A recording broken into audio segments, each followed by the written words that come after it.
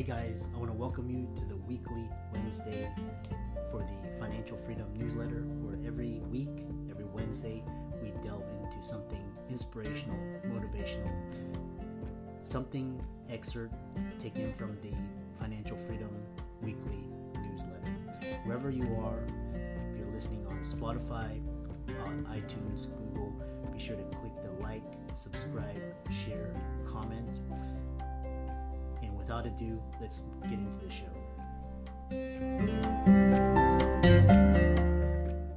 Mike describes himself as a stubborn optimist and a former fighter pilot turned serial sustainability entrepreneur who built 2 award-winning companies in the climate space. So today's going to be really interesting about carbon accounting, carbon neutral, and what this means for business owners. It's really on the cutting edge if you're thinking about electrical vehicles, ESG, and all of that. So welcome, Mike, to the show. Welcome. Hey, Chris. Thanks for having me. Yeah, I'm really happy to have you on. Really, most people don't really understand, carbon accounting, but they can understand that, we're facing tornadoes and hurricanes and floods and, climate change. So tell us more about yourself and how you got started, and we'll go from there. Great. So the name is Mike Smith, as you've already mentioned. I'm the CEO of a company called Aclymate. I grew up in Boise, Idaho. And when I was a kid, I experienced a wildfire that put up a mushroom cloud. It was just really memorable to me as a child. And everybody told me it'd grow back. And so I said, what do I know? Great. I'm a kid. I joined the Navy, saw the world. I was an F-18 pilot in the U.S. Navy for about 12 and a half years active duty, which was just a real fun way to spend your 20s. And in 2010, I got married. In 2011, I brought my wife to Idaho to kind of show her where I'd grown up. And we went by the scar of that fire, and it wasn't coming back. And it just got under my skin to the point where I decided to leave what a lot of people kind of consider to be a dream career, to get out and to go find meaning with my life. And so I left the Navy and about as soon as I could, about 2014. And I started my first company called RenewWest, which was about leveraging carbon markets for post-fire reforestation. It was kind of a tough time to get into a carbon market company, but I felt very committed to the fundamentals and developed some expertise. I was an advisor to the U.S. Climate Alliance, for example. And big claim to fame at RenewWest was the largest carbon-focused reforestation project in U.S. history. We planted 2 million trees in Northern California, and I'm just as proud as can be of that.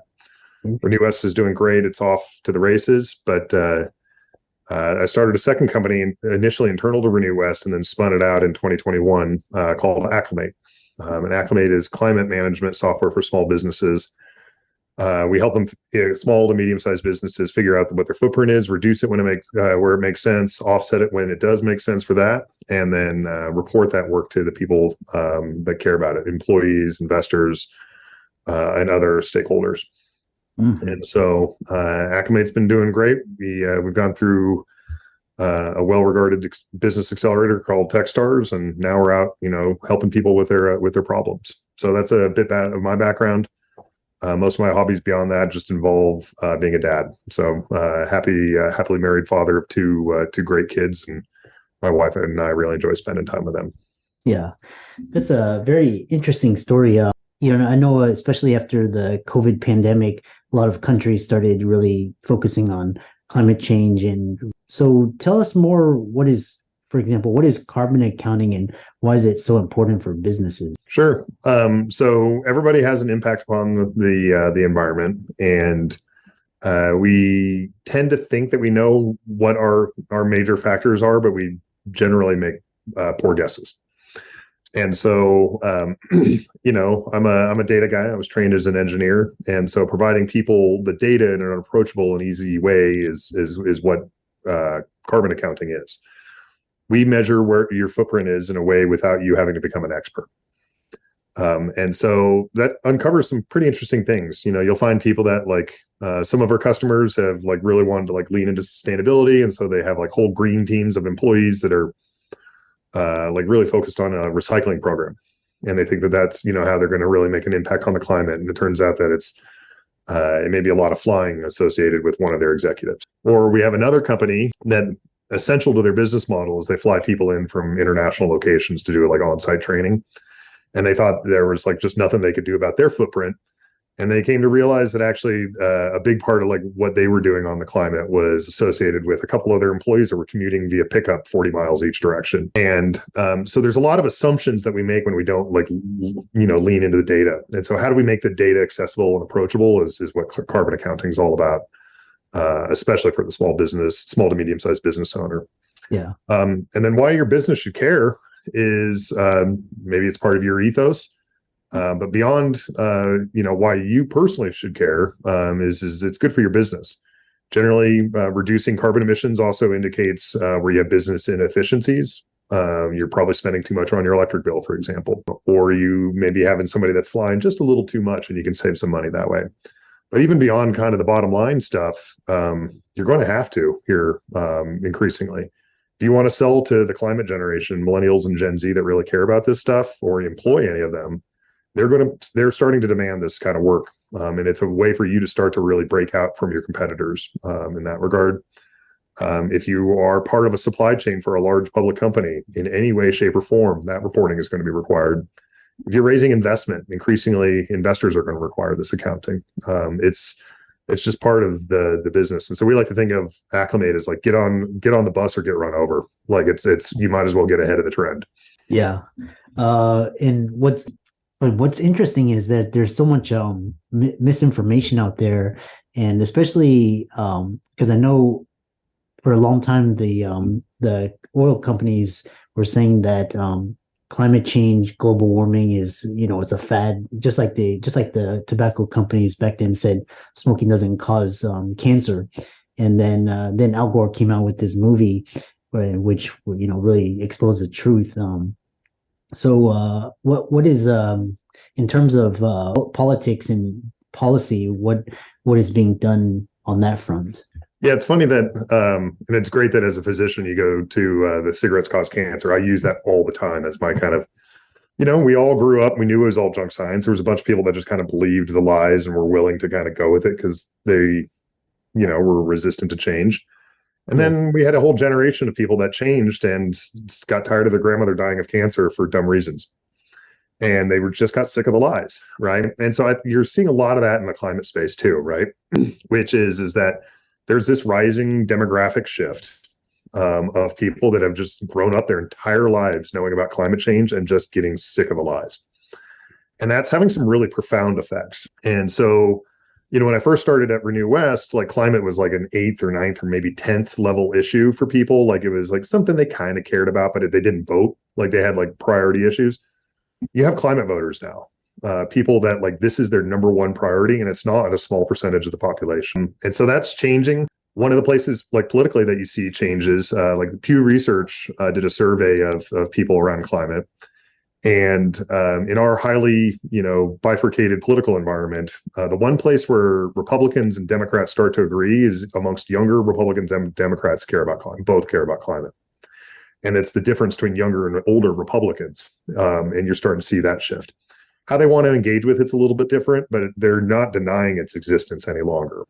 And so just like the smoking causes cancer thing, in the span of a couple of years, things have rapidly shifted. When I was, when I was a young person, like, you could still smoke in restaurants, and there was still occasionally an airplane you could smoke in. And then, it went to the point where you couldn't even smoke outside of bars in a 10-year period, like not even near the door. You had to leave the bar and go away to have a cigarette. And that's a good thing, but like, I think it shows how rapidly these things can change. And about how important it is to, like I said, to get on that bus now before you get run over by it later. And then what does the average person need to know about carbon offset? Yeah, so part of the reason I started this was I felt like that we had made a lot of carbon accounting and carbon offsetting really inapproachable to the layperson. That it was only something that was built for like Fortune 500 like sustainability officers, and it just didn't sit right with me. That's why we built Acclimate. And so the first thing that you need to know about offsets is that they're not a substitute for actually doing the work on emissions reductions. Like the first thing that you need to do is do the accounting, figure out what your baseline is, and start to identify the places where you can reduce your footprint. That's the way that you demonstrate like meaningful improvement. And that's what the people that are creating the pressures for you to do this work, they're going to expect of you. The second thing about offsets is that Generally, you'll probably want to buy from the big four registries: American Carbon Register, American Carbon Registry, Climate Action Reserve, Gold Standard, or Verra, sometimes known as VCS. And those have independent auditing processes. They have processes for example, if you buy from a forestry project, they make the forestry project overproduce. So in case there's a fire, there's a kind of reserve of additional offsets that are, in the system. And just buying from those registries is generally a good thing. And then, think about like how, because a lot of the reasons that you buy offsets is to tie into kind of generally either part of your ethos or marketing and branding, and think about who your audience is, right? And so if you're buying offsets for, to help with like your employees, because if you're trying to, retain, talented young adults, they probably want something close by, or that has like a good social story, and so you should know who you're going to. If you're doing it for like an environmental justice component, you might want to think about like, okay, what are my priorities there? Part of our software actually helps to provide that. We have like a survey, and we'll help you to kind of filter out which projects make the most sense for you. And that's pretty much it. And then the last part I would say is just buy from somebody that you trust. One of the things we're proud about is having like a leading selection of offsets available. You're going to have a hard time finding a greater selection of offset projects available anywhere on the web. Yeah. And for businesses interested in purchasing an offset, how do they know what they're purchasing isn't fake? That's part of the trust component. If you're dealing with somebody that's reputable and that has connections to a registry and that should have integrated accounting, that will help you out a lot. You can't buy from the registries directly, generally, and so you have to go through some third party. Trusted brand names is the place to start. So that's where you want to go. This is these it's quite interesting because especially in terms of climate change, it seems bad right now, but how bad is it really, and how bad can it get if governments don't do anything? So to get a little technical, so the UN body that's responsible for kind of collecting all the science and consolidating it is known as the IPCC, and they created these, they called them RCP pathways, relative concentration pathways, based upon a variety of factors: population growth, the ability of us to decarbonize energy sources, industrial production, et cetera. In some of the worst scenarios, like an RCP 8.5 scenario, there are huge chunks of India that like physically become unlivable. Like there's something known as a too hot to live, like a 35 degrees C wet bulb temperature, which is where the exterior temperature, like, it doesn't matter like how good you are at sweating or sitting in the shade or having a fan or hydrated. Perspiration actually only warms you up. The humidity, the dew point's that high. And so there's some pretty catastrophic stuff. When that happens, you're starting to talk about like huge displacements of people, both internally and then to move, across borders. You have like destabilization of national security. Like it gets catastrophic, cataclysmic, really is more the word. Thankfully, in the last 5 to 6 years, the world started to bend that curve. And that's really good. RCP 8.5 is not the most likely scenario. That's like a 4 to 5 degrees C warming scenario. The more likely scenario right now is about 3 degrees of warming. 3 degrees of warming still has a lot of problems. You're going to see a lot of environmental collapse. You'll see like, for example, like most of Europe's agricultural system right now wouldn't work. They would have to like build out significant irrigation structures and things along those lines. You'd have massive die-off of fish in like the Black Sea. The Western United States becomes essentially unfarmable. And so you're going to have like huge shifts in like agricultural production. So that's a really bad scenario. The goal since the Paris Climate Accords has been that we want to target 1.5 C of total warming. And right now we're at 1.1. So we don't have a whole lot left. And they said the worst case scenario is about 2C. Mm-hmm. So we still have a lot to go. 3C is way warmer than we can accept. 2C is really warmer than we should accept. And 1.5 C is about as good as we could absolutely hope for. And so there's a lot of room there. 1.5 C still has problems. We're still going to start, see some real strain on a lot of different systems, but things will probably work out okay. Yeah. Another question that I get from the audience is, what is the term greenwashing, and what does it mean? So it's an important question for your audience to ask themselves. So greenwashing is the concept of trying to display that you're claiming sustainability when not really being sustainable. You brag about how you're using renewable energy, but you're not really sourcing renewable energy. It just happens to be the utility company that's doing that anyways. Or we have a recycling program that we participate in, but meanwhile, like sending a ton of waste to landfill. Like there's a lot of things there. And so it's important because this younger generation, the climate generation, completely intolerant of greenwashing. They have they're very much they want verifiability. They want to know that you're doing what you say you're doing. And we've built a little bit of that into our software, which is we actually have we provide you with your own sustainability page that you can share to show that you're doing this work. They want a demonstration of action. And it's not just enough to make a claim, you've got to show. And the next question is, for example, greenwashing once a business becomes carbon neutral, what is the best way to market this to its stakeholders without appearing to be greenwashing? Yeah, that's part of that, I think, starts with leadership, which is that a leadership actually makes a public statement about like what their values are and why they're doing this. And it's one of those, prove it scenarios.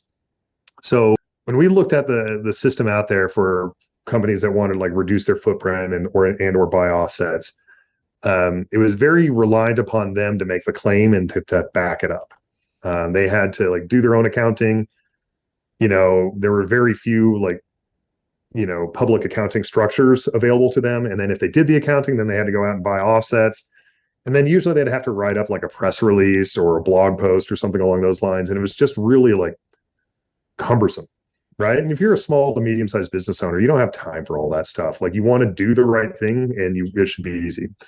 And so one of the things that we built in there is that we wanted to have it all integrated in one piece of software where you do the accounting, you can buy the offsets, you get a certification from our company that you can put on your website. It's a widget that ties back to ours, and it actually helps to demonstrate like where you've bought the offsets from, how long you've been doing it.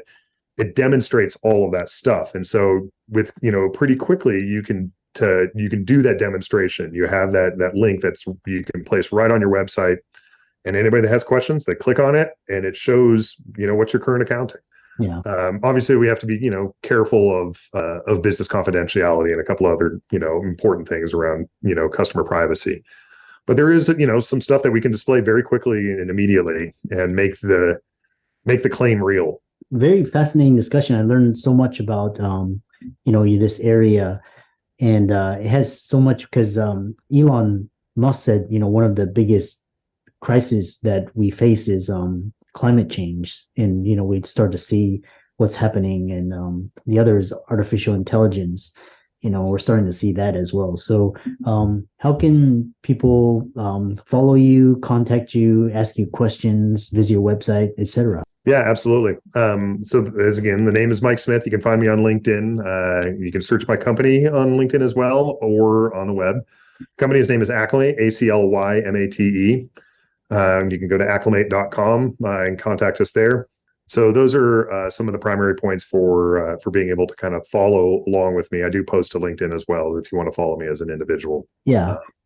You can email us at hello@acclimate.com, hello@acclimate.com. And then if you'd like to email me personally, it's just mike@acclimate.com. And I'd love to help you in any way I can. Yeah. And for all the listeners out there, thank Mike for a fantastic discussion. All of his resources will be in the links and show notes. Be sure to follow him on Facebook, LinkedIn, Instagram, Twitter, as well as his website, acclimate.com. And with that, thanks so much. And it was a great discussion. Thanks for having me.